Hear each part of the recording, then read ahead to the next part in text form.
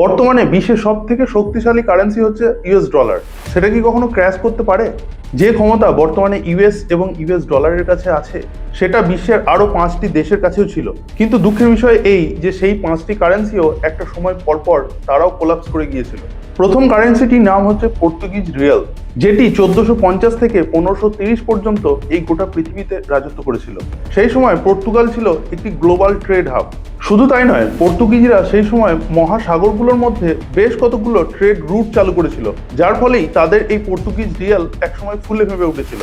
কিন্তু পরবর্তী ক্ষেত্রে এই পর্তুগিজরা নিজেদেরকে এক্সপান্ড করতে যায়, যার ফলে একটি বিরাট পরিমাণের বেনিয়ম হয় এবং নিজেদের কারেন্সিকে তারা আর ধরে রাখতে পারেনি। পর্তুগিজ রিয়েলের পর যে কারেন্সিটি পৃথিবীকে মাত করতে এসেছিল সেটি হচ্ছে স্প্যানিশ সিলভার। সেই সময় স্পেন একটি বড় সিলভার খনির আবিষ্কার করেন, যার ফলে তাদের অর্থনীতি একটা বুম পায় এবং সেই স্প্যানিশ সিলভার গোটা পৃথিবীতে রাজত্ব শুরু করে। কিন্তু তারাও পরবর্তী ক্ষেত্রে পর্তুগিজদের মতো একই রকম ভাবে ভুল করে এবং তারা তাদের রাজত্বকে গোটা বিশ্বব্যাপী এক্সপান্ড করার চেষ্টা করে এবং বিভিন্ন রকম যুদ্ধে জড়িয়ে পড়ে এবং তার ফলে তাদের কারেন্সিও একসময় ক্র্যাশ করে।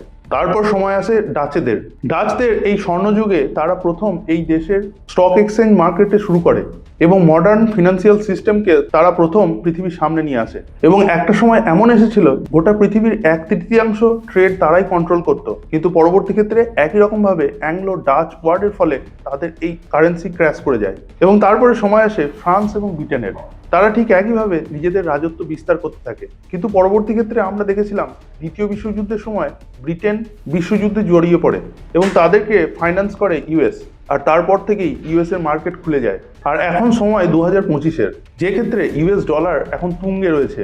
কিন্তু মূল সমস্যা হচ্ছে ইউএস এরই ডেট টু জিডিপি রেশিও হচ্ছে প্রায় 125% এবং যাদের মাথায় প্রায় 37 ট্রিলিয়ন মার্কিন ডলারের একটি ঋণের বোঝা রয়েছে। কিন্তু ইন্টারেস্টিং বিষয় কি জানেন, ইতিহাসে প্রতিটি কারেন্সি যখন ক্র্যাশ করেছিল তখন একটি করে বিশ্বযুদ্ধ লেগেছিল। তাহলে এবারও কি কোনো বিশ্বযুদ্ধ আসতে চলেছে?